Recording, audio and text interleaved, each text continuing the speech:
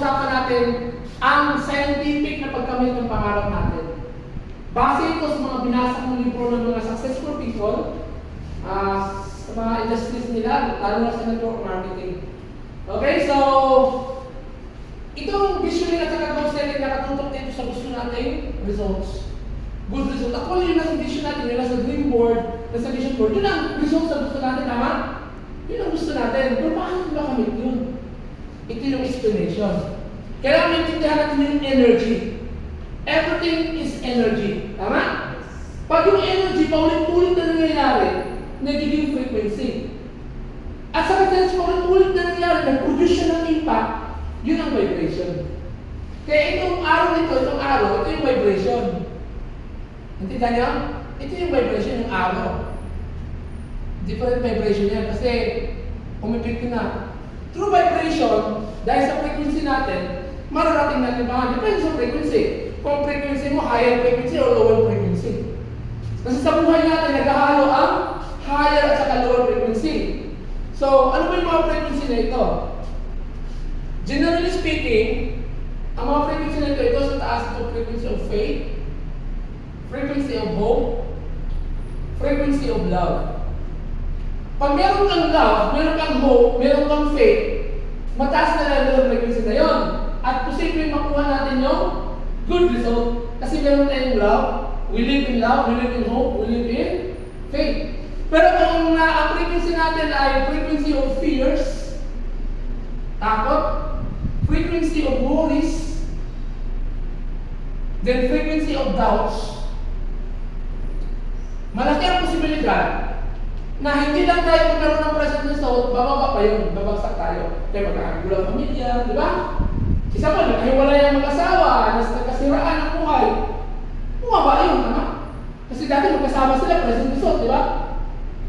Nagkaroon ng takot, worries, doubts, ako magsak. Tama? Pero kung meron tayo na tao na love, hope, at saka faith, mas gaganda pa ang relasyon, tama? Pero, so it will explain kung bakit tayo taas o hindi. Pag hindi tayo umabot dito, hindi tayo makakamit doon. Pero pag may gagawin tayo sa sarili, may mangyayari maganda. So, isabihin pag kung tayo dito sa buhay natin na tinatawag na same, no changes sa buhay, pag wala tayong magagawin sa sarili natin, present result na tayo. Ulit-ulit na. Wala tayong binago eh. Wala tayong binago sa isip natin. Kasi pinag-usapan dito, ang habits. Ano ba yung nasa habits? What you think, thoughts, words, actions, feelings, actions, emotions.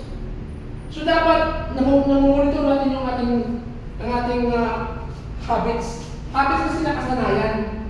Kung nakasanayan natin, marami yung ginagawa, ay wala pagbabago. Hanggang dito lang tayo sa present result, di ba? Kaya nasa dream world pa natin yung walang mangyayari. Okay.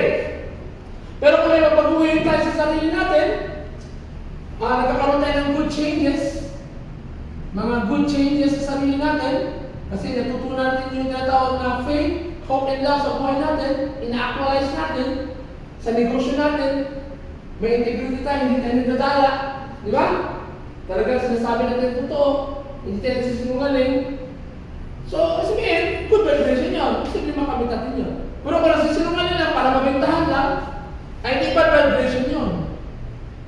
Bad changes na nag-create ng vibration. O, di ba? Kasi natatakot, bakit hindi bilhin yung produkto niya, di ba? Or, nag-worry, hindi nagda-doubt, mabagsak yun. Claro? So, anong sikreto? Ito lang. Ito ang faith, hope, and love. Ngayon, paano din makamit yung faith, hope, and love na yan? Kailangan ma-compare natin yung ating pag ito kasi konektado ito eh. Ma-compare natin ang ating doubts, ang doubts natin. Dapat ma-compare natin yung ating doubts. Dapat ang hope, ma-compare yung ating worries. Dapat yung love, ma-compare yung ating fears. Kaya nasa Bible yan ha. There's no fear in love. Tama? Pag ikaw na nagmamahal, hindi ka natatakot. Tama sir? Pag nagmamahal ka na, hindi ka natatakot. Isa mo, naniligaw ka pala. Yung lalaki, di ba? ihatid mo ako sa bahay. Ang bahay doon, ang dilim ng bahay ng babae. Maraming mga aso, ihatid ba ng lalaki? Kasi mahal niya yung babae. Ihatid niya pa rin. Love conquers fears. Dari ba? Diba natin? Alam ganun yan. So, sabihin, konektado yan lahat. So, ganito kasi yung, pag natatakot daw kasi, ang tendency ng tao na blame. May pasok yung blaming. Pag tayo mahilig mag-blame ng ibang mga tao, magkakaproblema tayo. Then, nag-complain.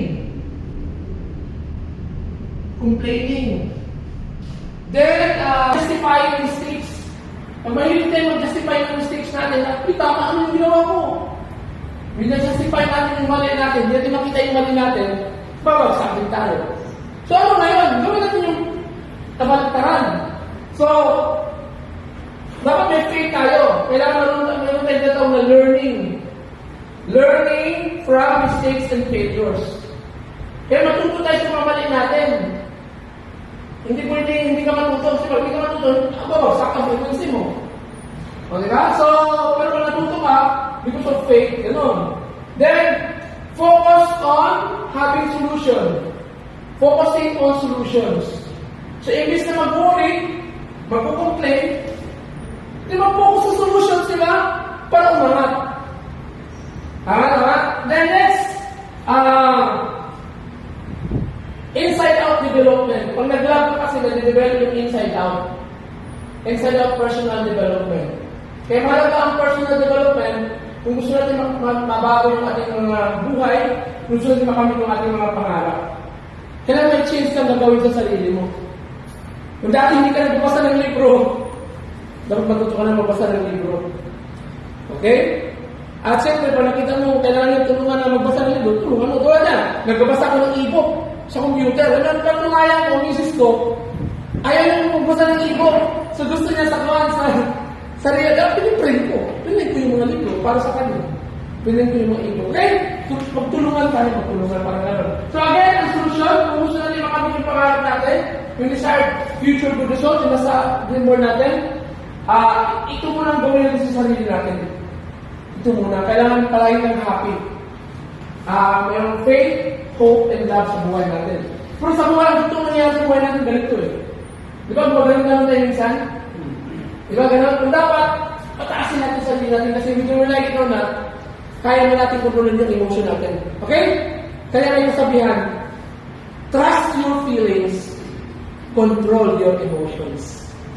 At pag nagawa natin sa sarili natin, kaya natin gawin yung paraan na ngayon ang next topic na itutulong sa iyo.